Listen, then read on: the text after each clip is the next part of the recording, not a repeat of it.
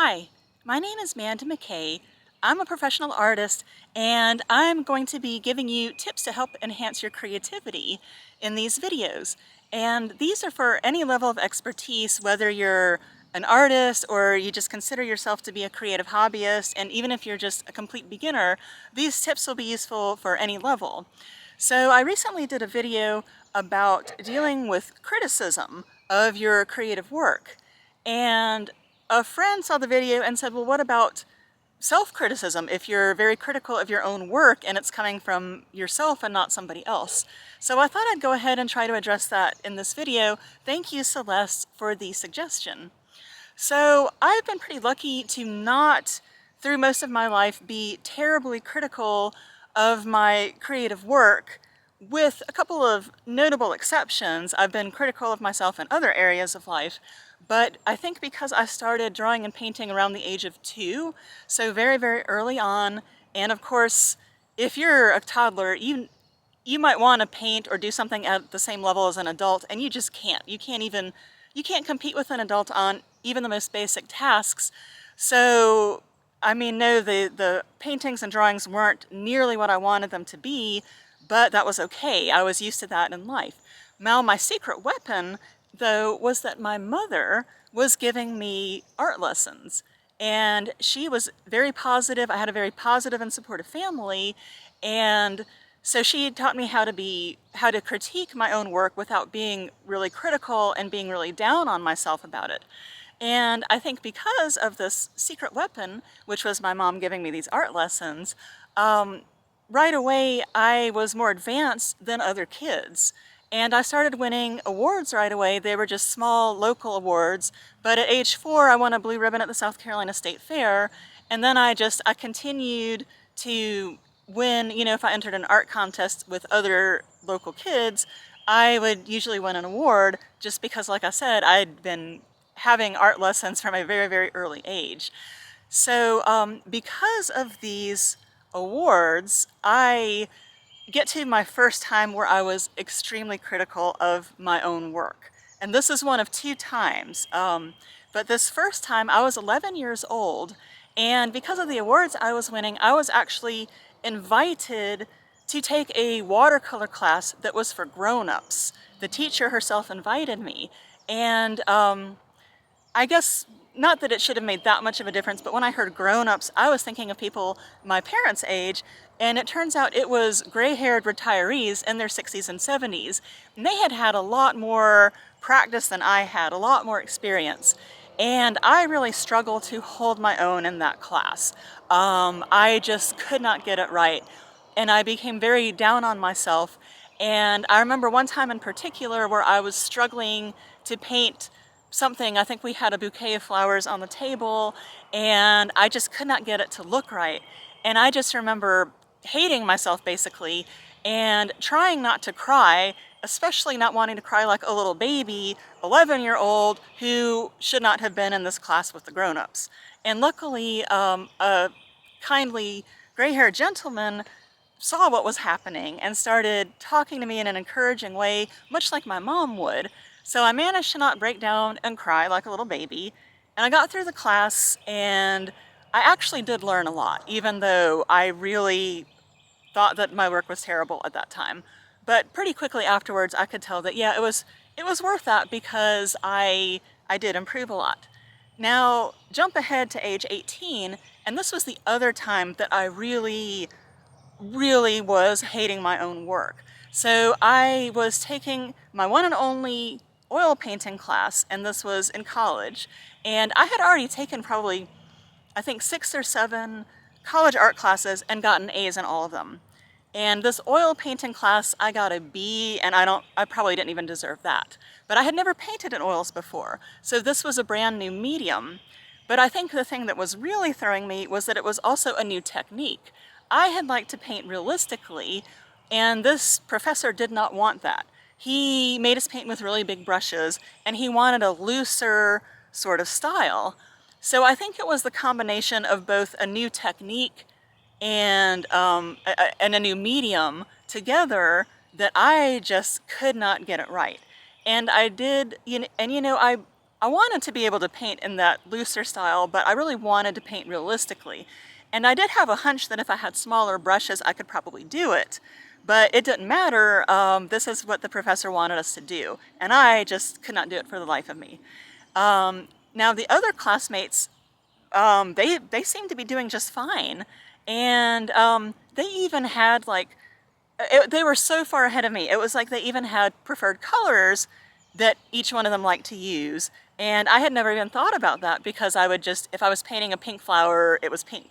So I remember experimenting with like purple and golden brown, and it just did not work. So after that class, I did not even try with oil paints until 6 or 7 years later. And I tried it again using small brushes and painting in a realistic style. And believe it or not, that made all the difference. And nowadays, I paint very realistic paintings in oils with very small brushes. So these are my two experiences where I was just really, really down on my work and myself. And so how can you apply this to your own experiences? Well, let me start with the basics and just say, first of all, do you need different tools or supplies or equipment? And would that make a big difference? Like me trying to paint with 2 large brushes. And I'm not saying to go out and spend money that you don't have, but if you're even aware, like I was, that okay, I could probably do better if I had smaller brushes, that did help somewhat with me not being quite so overly critical of myself. And of course, the other thing like that is, well, is it a technique that you really want to use? And I mean, this looser technique, I just wasn't feeling it. I mean, it would have been great if I could have achieved it and done well at it, but honestly, it was not what I wanted to do artistically. So consider that, and if you're maybe getting overly critical or overly upset about something that you don't even really want to pursue. Now, there were 2 similarities with both of these classes that I took. And one of them I think is going to be very obvious, and the other one was not obvious at all. But I thought back to these 2 times, and there was this strange connection that now I can't believe I didn't see it before. But anyway, so the first thing that these classes had in common that's probably very obvious to you is that I was comparing myself unfavorably to other people. Now, I wish I had thought about this a little bit at the time. If you think that you are comparing yourself unfavorably to somebody else, first ask if it's a fair comparison. Are you comparing yourself to somebody who's like at the top of their field and you're just starting out? Obviously, you're going to be disappointed then. But in my case, I knew going into these classes that the teacher, the professor, was going to be farther along than I was and going to be more advanced and more of an expert. So I was already, if I had thought about it, I was already understanding that I was not going to be the most advanced person in these classes or the biggest expert in the room.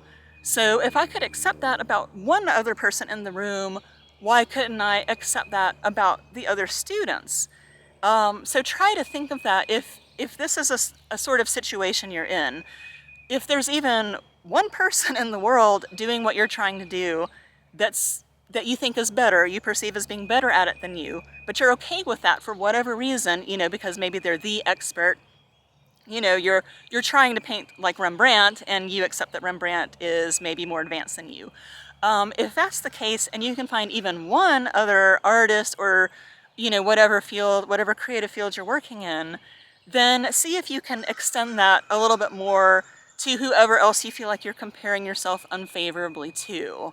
If you can accept that you're not the best in the world, for lack of a better word, I hate to say, better or worse, but if you feel like you're not as advanced as even one other person doing what you're doing, then see if you can extend that to anybody else around you that you feel like you're comparing yourself unfavorably to. Now, the other thing that I noticed that both of these time periods, both of these classes I took had in common for me, I haven't mentioned yet to you, so you wouldn't have figured them out. In both of these cases, I was injured badly and I was on crutches for bilateral injuries, meaning that both sides of my body were injured. And so I had to, instead of, I mean, you've probably seen somebody with a broken leg and they still have one good foot to hobble along. In my case, both sides were injured, so I had to like swing both legs at the same time, and it still hurt. There was no way to stay off the injured areas, and it was very tiring and exhausting. And I did feel like I looked kind of stupid doing it. But when I was 11, I had synovitis in both hips. And so I was on crutches, and this was extremely demoralizing because I spent my whole summer on crutches doing physical therapy, and I was a very active kid. I could not run or play or jump or climb a tree or anything that whole summer. And the watercolor class happened to be at the top of a very steep staircase, and I could barely get up and down the stairs, and my mom had to carry my art supplies. And I remember those gray-haired classmates of mine could get up and down the stairs with no problem.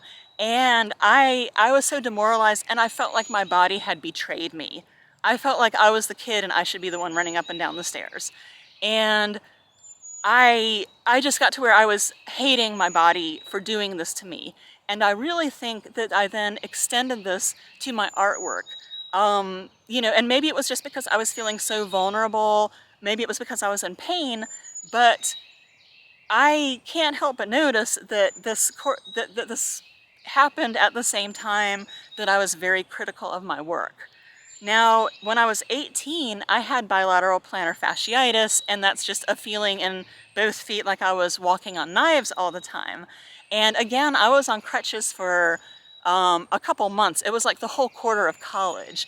And again, I'm struggling. The UGA campus is huge, and I was just struggling to get around. There is a good bus system, luckily, but it was just impossible. And I felt like I was just completely over my head the whole time because I was already taking too many classes probably, and on a good day where I felt good about myself and wasn't in pain and struggling like that, it still would have been difficult for me. And then you add in this extra level, and again feeling like, why has my body done this to me?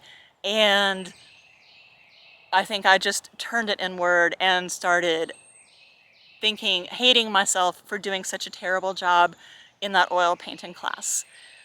So this is the thing that, like I said, I think is just not obvious. But if you're finding that you're being extremely critical of your own work, I want you to examine whether there's something going on in your life where you feel like maybe you're extremely vulnerable for some reason. You know, are you injured or in pain? Have you been sick? Are you exhausted? Have you experienced some sort of a loss lately? Any of these, even if you're not hating yourself or thinking that you've been betrayed in some way, whether by your own body or somebody else, any of these can be just so demoralizing that it's really hard to stop yourself from just turning this vulnerability or this frustration inward in some way. And so it's really easy to have your art or whatever your creative practices just become sort of the scapegoat for all of these negative feelings. So just try to see if you're struggling with this, is there something that's happening now or recently where you're just demoralized in general? And maybe there's nothing that you can do about that, but at least if you're aware of what's happening, that can make all the difference to where you're not being as critical of your work, because you want your creative practice to be fulfilling and to help you deal with life. So you have to be looking for these ways that if you're being overly critical, what the cause is. And so probably it's one of these things that I've mentioned, and hopefully just knowing, just recognizing it will make it where you can back off a little bit and not be so harsh on yourself. So I hope that this video helped. I hope that my experiences, maybe you can, learn from them and apply them to yourself and not make the same mistakes that I did. So again, my name is Manda McKay, and thank you for watching.